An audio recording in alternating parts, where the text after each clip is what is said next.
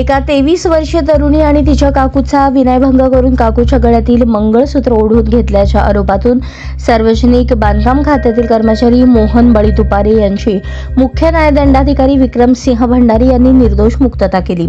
यात हकीकत अशी, 25 मे 2016 रोजी सकाळी 10:15च्या सुमारास घरात कोणी पुरुष नसल्याचे पाहून आरोपी मोहन तुपारे याने मागून येऊन फिर्यादी तरुणीच्या काकूस अंगास झोंबाझोंबी करून तिच्या गळ्यातील मंगळसूत्र ओढून घेतले।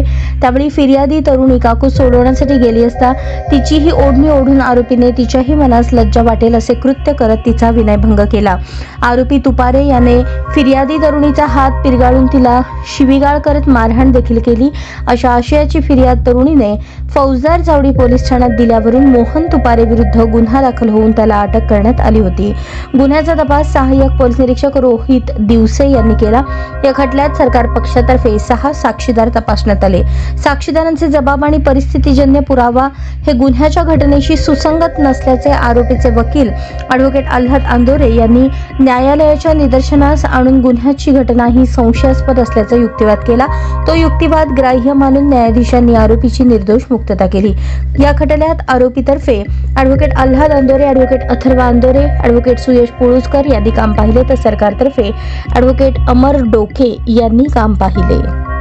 एका 23 वर्षीय तरुणी आणि तिच्या काकूचा विनयभंग करून काकूच्या गळ्यातलं मंगळसूत्र ओढून नेल्याच्या आरोपातून सार्वजनिक बांधकाम खात्यातील आरोपी मोहन तुपारे याची मुख्य न्यायदंडाधिकारी विक्रमसिंह भंडारी यांनी निर्दोष मुक्तता केली।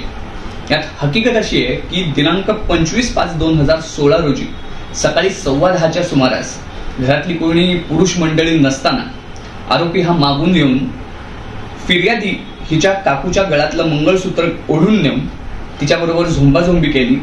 तिला सोडवायला आलेल्या फिर्यादी बरोबर पण झोंबाझोंबी केली। तिच्या गळ्यातली ओढणी ओढून तिच्या मनाला लज्जा वाटेल असे कृत्य करून तिच्याबरोबर विनयभंग केला।